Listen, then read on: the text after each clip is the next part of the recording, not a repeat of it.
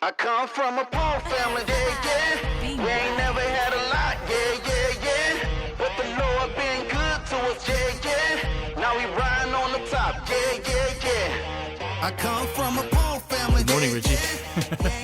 Good morning, Ray. We are in there. We are in the boat, guys, and we are glad that you're here listening. And if you're watching YouTube, thanks for checking us out.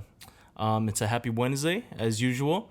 A busy week, Richie, right? Mm-hmm. Can you give us some updates on what's happening with Coffee and Carpentry? Coffee and Carpentry. We are recording episode 3, having a lot of fun with the team. Great coffee shop, great owner, super cool story, very good coffee. Super good, yeah. Very good coffee. Agreed. Really cool project that we're building. Yes. I mean, it's taking about a week and a half, so we're putting a lot of love into it, and I hope he likes it. We'll be installing it this week. So, Yep. So the last of the film, the delivery. So super excited about Coffee and Carpentry episode 3. Please tune in. Yeah, tune in. But today, guys, we are on the boats, and today's theme is going to be contracts. Contracts. Nice. All right, so let's hit the first stream. What are the essential items you recommend in a contract for builders? Essential items. Yeah, essential items. Yeah, contracts are important.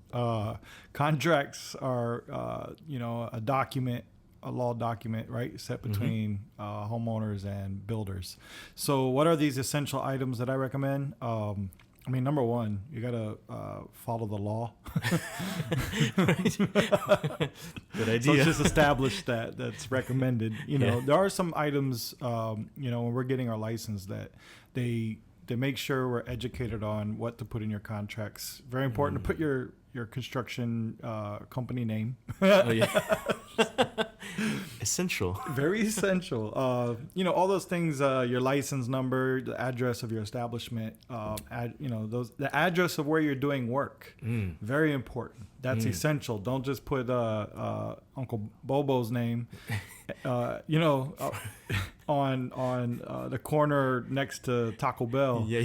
That house, I was joking, but it's seriously, like, make sure you have the right address, apartment number, because if there's anything that you had to refer to your contract, if anything's wrong, your contract could be voided. So address, very important. Other things is your scope of work, very essential. I think it's a great opportunity to spell out what you're going to do. A lot of contractors like to simplify their contract, and it becomes a little vague, and I think that's a dangerous place to be. Would you say that's a red flag, Richard? I think it's a red flag on the homeowner side. Yeah, you want to be able to define the scope of work. If you have some drawings or plans, that can be your scope of work. Gotcha. So basically, your contract can just say, refer to these drawings. Simplify it. But when you're doing like a kitchen remodel or a bathroom remodel or a home remodel, and there's no plans involved, and you're doing certain things, I think it's very important to spell that out. And I think homeowners should demand a little more detail, right? Homeowners. Install kitchen cabinets. Not good enough. It isn't. What extent are you installing the kitchen cabinets, or do you have some kind of drawing of the kitchen cabinets referred to attach as an addendum to the contract? Very important, because if I say install cabinets and then I show up and I install the cabinet, where do you say I did that? To what extent? They say, what about the toe kicks? Oh, I didn't put that. That's not part of our job. What about caulking it to the wall? Oh, no, that's not. We just said install cabinets. Dang, so in our contracts, we really like to spell out the work. We're going to install all edging, fillers, toe kicks, crowns, moldings, door handles. Very specific. When we demo, we're going to install new to match existing, all caulking, drywall, texture, paint, to tie everything in to the new construction to blend. So, just being able to define those things. And if you're not going to include those things, just make sure you have your exclusions. Say excluding all these things. So the homeowner understands, That's I'm good. paying, maybe this guy's a little bit cheaper. And that way you can compare apples to apples. Because it's hard if one guy is giving this full detail of all this work. And that's what we do. And then we're telling you, we're going to finish your kitchen, make it look like it's always there and blend, and it's going to be nice. But then our price is a little bit higher than the other guy. They end up going at the other guy, and then they learn that, I didn't know what they only were installing cabinets. Of course it's cheaper, and if there's just that not only identifying what's there, but homeowners can also say, hey, if the contractor that was very vague, if they would have spelled out what they're doing, they're able to weigh out the difference. And they could have said, hey, ATN, you're not in our budget, but I see these certain things. What if you took those out? We might have been lower than the other guy. Right. I think that is very good to spell out, but at the same time, homeowners, when they start comparing bids, make sure you're comparing apples to apples is what we call it. Make sure the scope of work is the same, because if it's vague and one is very detailed, the one that's very detailed is really thinking out the full project, and I can almost promise the more detailed one will be more expensive every single time, because they're really thinking out the full project and everything involved, and they're considering all costs.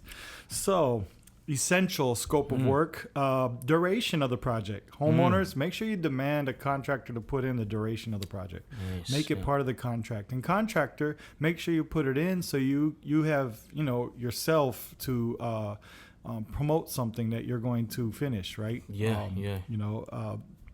It's actually a law thing.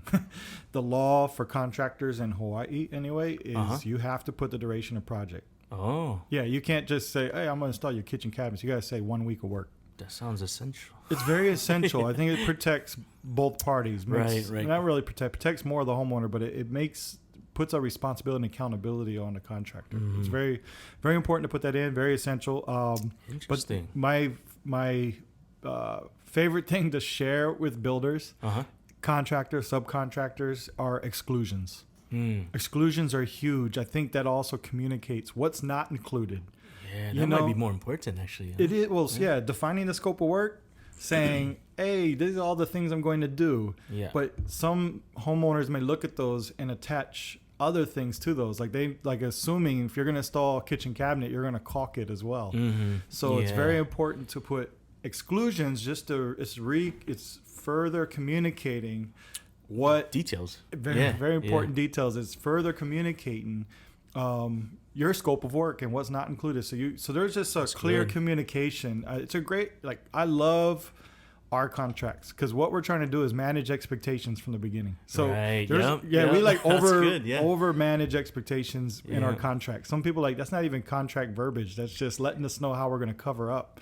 Just so you understand, hey, we're going to put ram board. This is a standard floor covering to protect your floor, but we're not responsible for the damage of your floor if we're working a full renovation on an existing floor. But if you want to do any extra things beyond our standard, please make sure you do what you can do, and then we'll do what we know to do. So it's not really contract talk, but it's basically letting you know, we're going to do our part to cover your flooring, but you need to do your part too, and we can't take on that risk of doing a full renovation on the flooring. Let me just say a quick side note. Yeah.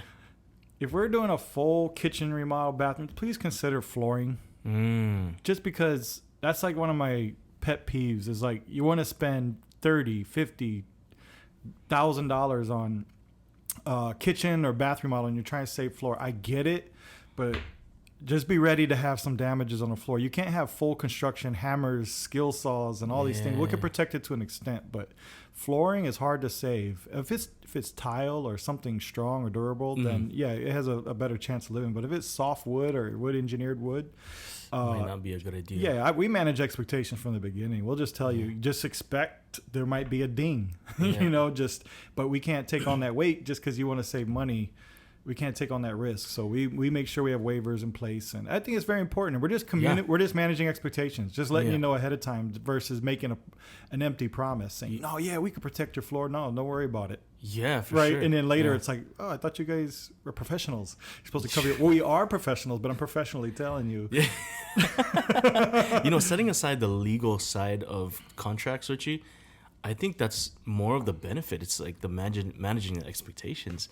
I mean, that's the benefit of it's so silent, but I think that's what the benefit of the contract is, managing the expectations. Yeah, and it's we got tons of waivers that are actually in our contract, but we bring out these waivers about floor covering, dust, and all this stuff. It's just managing expectations, and we're letting you know we can do everything we can do to control dust, but we can't control dust. Yeah. You know what I mean? Yeah, exactly. I mean, if you really want like you see in E.T. where it's fully covered. We're in suits, and everyone, you don't have to worry about a speck of dust. I mean, you got to pay for that extent. And I don't even know if we're professional enough to make everything so airtight. I mean, we're builders, right? We're not cover-uppers. But I train the guys really hard to cover up and do all these things to take care of things. But I've learned through the experience that we got to manage expectations, and a contract is a great place to do that. Yeah. But at the same time, you don't want your contract to be a 40-page document of expectations. Find ways to simplify it, to communicate it in shorter sentences, whatever you can to manage expectations. Great place to do it. Payment requirements. Yeah, so spell out your payment terms. You know, like what are you going to request for your down payment? How are you going to get paid throughout the project? And homeowners pay attention to those as well, and come to a happy median. You know what I'm saying? Like homeowner communicate what you want to do, and builder communicate what you need. I think on the homeowner side, don't pay, in big chunks as much as possible. Try to cut it up as much as you can. What's the reason, Richie? Just scammers.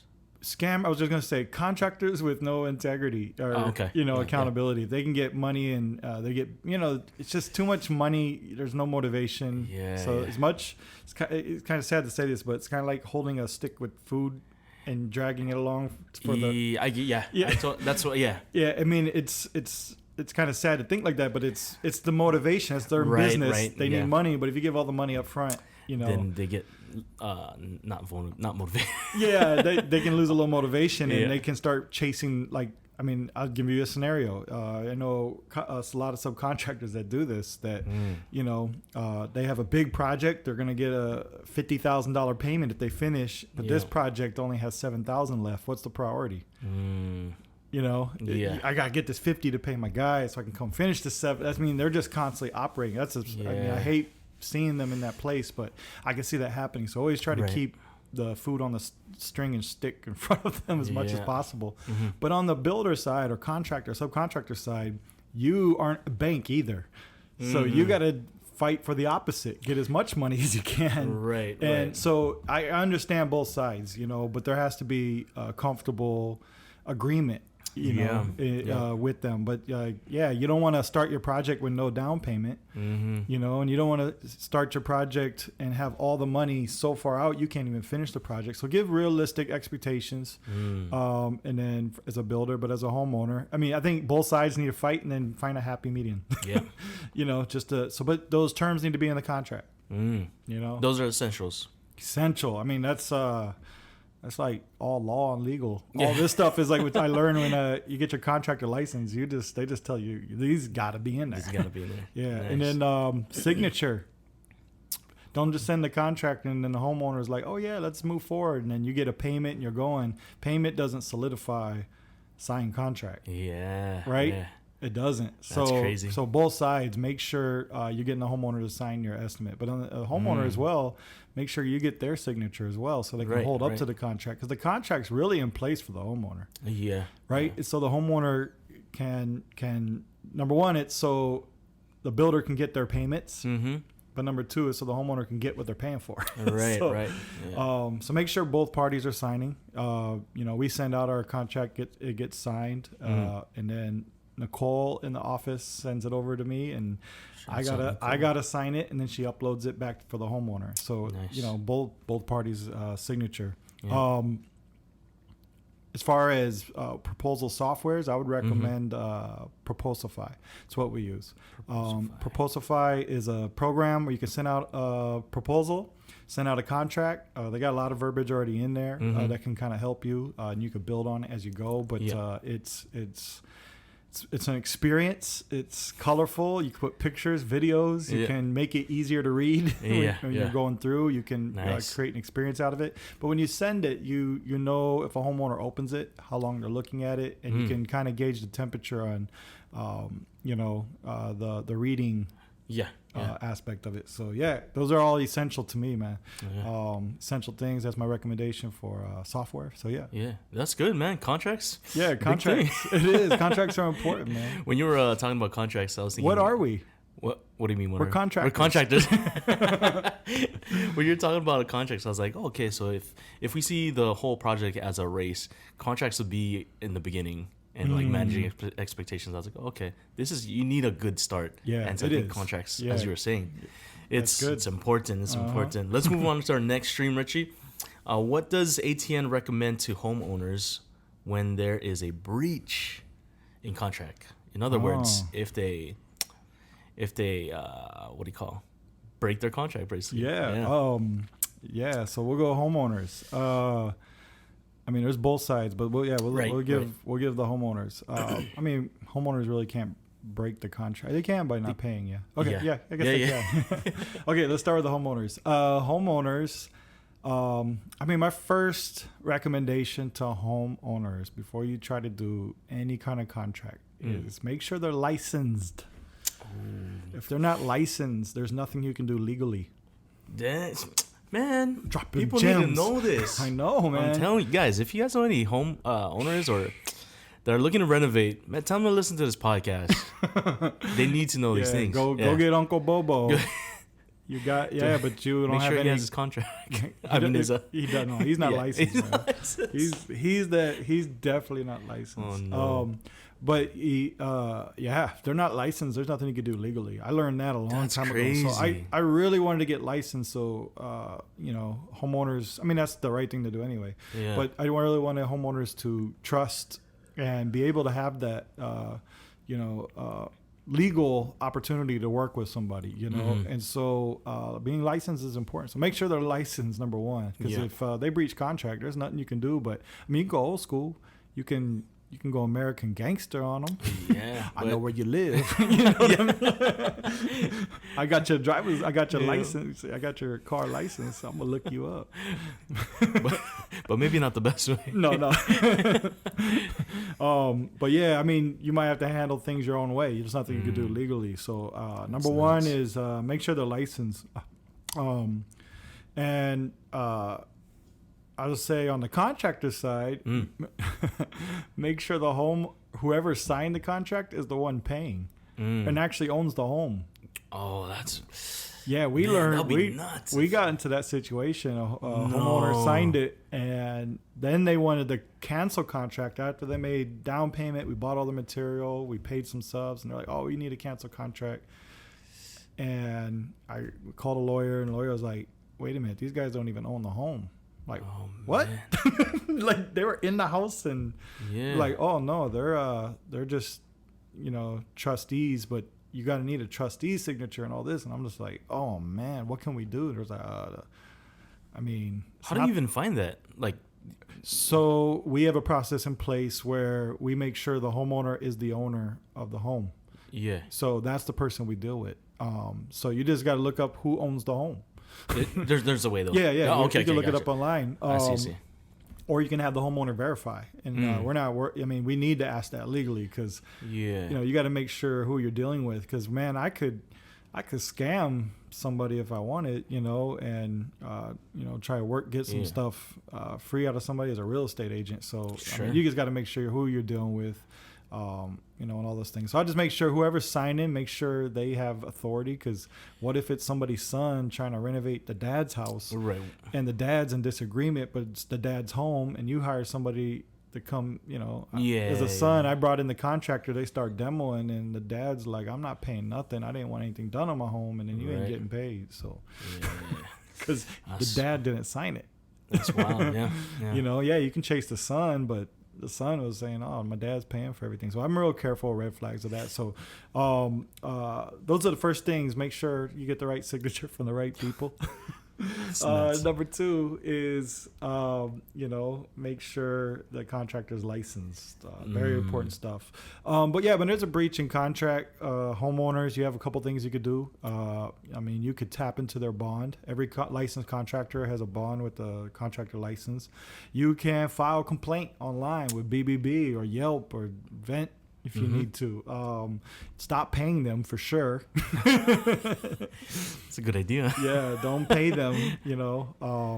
Try to stop stop paying them. But yeah, there's even if you're in a bigger project, there's a lot of money involved, and there's a breach of contract, and there's a lot of things that need to finish. There's actually government assistance out there as well, and grants that could help people finish projects that contractors breached. Make sure they're breaching contract, and I don't like him. I don't like him doesn't count. Unfortunately, right. You know, I don't like the way he talks to me, or none of that. And the same for us. Like we have homeowners that turned it into very transactional because we are very relationship centered in our business, and we love building relationships with homeowners, working with them. We like a positive experience. But some homeowners are like blah blah blah. This is black and white. Don't touch me. Don't smile. Do what I say. You know, and that sucks. And I wanted to cancel contract, but you just can't cancel contract. Right, you know, unless you put that in your contract. Be relational. If I don't like you, I can cancel anytime. Would that actually hold? I don't know. I don't know. But as we talked about in past podcasts, contractors can put a lien on the home. There's certain things that a contractor can do. How ATN handles contracts and certain breachments or anything in that matter, we try as best as possible not to bring up a contract. Like we don't use that as our sword through the whole project. Like contract says, you know, we try as best as we can to just keep a good relationship. We do some things above and beyond just to make sure because we want to move forward, you know, and there's a strategy in that. If you keep efficiency in front of you and you can finish a project in a timely manner, there's less demobilization and mobilization, meaning leaving the job site, coming back to the job site. Gotcha. Maybe you have to stop for a week because you're trying to work something out with the contract and things like that. So minimize mobilization, demobilization. Also, anything you can do to just keep efficiency in front of you because time is money. You know, in every aspect. So we just want to do everything we can to finish a project, keep the peace. But there are times where we got to bring it up and just clarify. We're doing especially homeowners that think we're not doing things correctly. Right. We got to bring it up and say, hey, you know, these are the plans. You didn't make changes to the plans, and these is why we're sending a change order. But at the date we bid this thing, this was all the information we have, and this is what we bid on. So, as much as possible, we try not to. But I think we've had to bring it up a few times, but not too much. I think we're able to ease our way through most projects, keep efficiency, and because we're able to finish a project, there's just a lot of cost savings. There's a lot of what am I trying to say? Homeowners can get in quicker to their home. I mean, less stress, the less length of stress. So, but yeah, if there's a breach of contract of not paying, then I mean, there's the things contractors can do too, like the liens. Good stuff. Oh man, this is a podcast for homeowners. I think so, man. I think builders, and contractors can get some good nuggets here, but if there's a homeowner out there, it's good to understand contracts. This is gonna be a good one for them. Richie, let's head on to our third stream. It's gonna be, what is the value of a contract? Value. It's very valuable. I think by law, of course, the whole point, I mean, that's the thing too, is like it does hold value, and the whole point of it, like, why go through this whole proposal and contract if you're not going to bring it out? I had somebody tell me that, like, why is it such a, because we go through a long process going back and forth, making sure all the words are right, and then we try to put it down and put it to sleep and just go. But I think there's a responsibility. I think it holds a lot of value, but I think there's a lot of responsibility on the homeowners to understand the contract too, so we can move forward. Because one of the things that bothers me is that we make sure we're crystal clear in our contract and proposal, and we sign with the homeowner, and then we're moving forward. And I swear, 2 weeks later, they forget what they read. Oh man. And you have the document. I mean, we take all this time to put this thing together. Please take the time to read it. Don't just sign it. Like, I get it. There's a lot of pages, and you're just trying to get the thing done, but you're going to put yourself in a bad spot, because I hold a lot of value to our contract. I'm going to live or die by it. Like, I will meet our contract. ATN will finish the contract. If it says to do something and we're losing $50,000, I'm going to make sure we're going to get it done and lose $50,000. I would expect the same from the homeowner. Right. You know, so I really advise homeowners, read your contract and don't get convenient amnesia. You know, that's like I'm sitting here fighting for integrity, fighting for you to trust, trying to live up to this contract, and then you act like you didn't read it. Yeah. I didn't see that, you know, but nothing's in small writing, you know, everything's very clear, very simplified. We do have some pages on there, but just make sure you read it. I think it's very important. So contracts are valuable. I mean, you know, in the faith, let's talk about the faith, you know, and God. God is a contract God. I mean, that's what the Bible is. It's a big contract. People are like, what do you mean? I think from the beginning, man, he said, you know, he gave Adam and Eve the freedom of this land, and then they failed by doing the one thing he said do not do. They broke contract. They breached it, guys. They breached contract. And look what happened. Yeah. Dang, Adam. Adam and Eve. So Adam and Eve broke contract, you know, but God is a loving God, and he put a new contract in place in Genesis 3 and just said, you know, he said what he's going to do. He's going to, I think something like he's going to kill the devil and bring Jesus. I forget the exact words, but he has a contract in place in Genesis 3. You should read it sometime. But basically, he's going to bruise the heel. That's a conquer Satan, right? Yeah. And he's going to, you know, bring a savior to the world. So right there, man, he just spelled out a contract. And ever since that was spoken, everything else had to play out. So he was just in his construction mode, you know, doing everything he did. Let's look at Moses and now. Them is the Hebrews. You know, he promised the Hebrews. You know, that's what contracts are. They're promises. Yeah. Right? Yeah, it's like a written promise. I got you. Yeah. It's a covenant. You know, so he made a covenant with the Hebrews that I'm going to bring you out of Egypt and take you to a promised land, you know. Promised land. Yeah, it's a promise. It's a covenant. It's a contract land. Contract land, guys. So, but God, what's cool about God is, you notice in the Bible it talks about a lot of kings. You know, what I love about kings is they're a man of their word. When a king speaks, that's a contract. That's how kings operate. They can't say things because if they accidentally say it, they have to do it. They have to do it. Yeah. And there's a lot of examples in that, like the book of Esther, and the king spoke, and then they talked to the king. He's like, I can't go back on what I said. Yeah, I'm a king. Nuts. Yeah. You know, if I do that, then I'm not a king. Yeah. So when kings speak, it is. Ooh. And God is the King of Kings, right? So when he speaks, it's gonna happen. And what's cool is that he will never breach his contract. Never. He will never breach his contract. And so there are some things people may question, like, why is he doing that? It's because he spoke certain things and it has to happen. He ended up bringing back his original contract with Jesus, bringing it back around and created a new covenant that put the old covenant away without breaching the old covenant. I think it's just, it's so deep. We're not going to go, but you know, but he established a new covenant that was able to honor the old covenant, but put it away at the same time. Yeah. It's nuts. Yeah. I mean, it's like, come on, man. But yeah, contracts are promises. I do bring a scripture for this question you brought today, and is Joshua 23:14. I got a few I want to read just to establish God's promises and contracts, just to encourage somebody. And now I am about to go the way of all the earth, and you know in your hearts and souls, all of you, that not one word is failed. Woo. Of all the good things that the Lord your God promised concerning you, all have come to pass for you. Not one of them has failed. Not one. That's like the establishment of God doesn't breach his contract. You know, God doesn't, fail in his words. They all come to pass. Yeah. Whatever he says. Hebrews 9:15. Christ is the mediator of a new covenant. Those who are called may receive the promise of eternal inheritance. So it's like establishing that there's a new covenant that takes out the old. Let's even read further in Hebrews 8:6. But as it is, Christ has obtained a ministry that is as much more excellent than the old, as the covenant he mediates is better, since it enacted on better promises.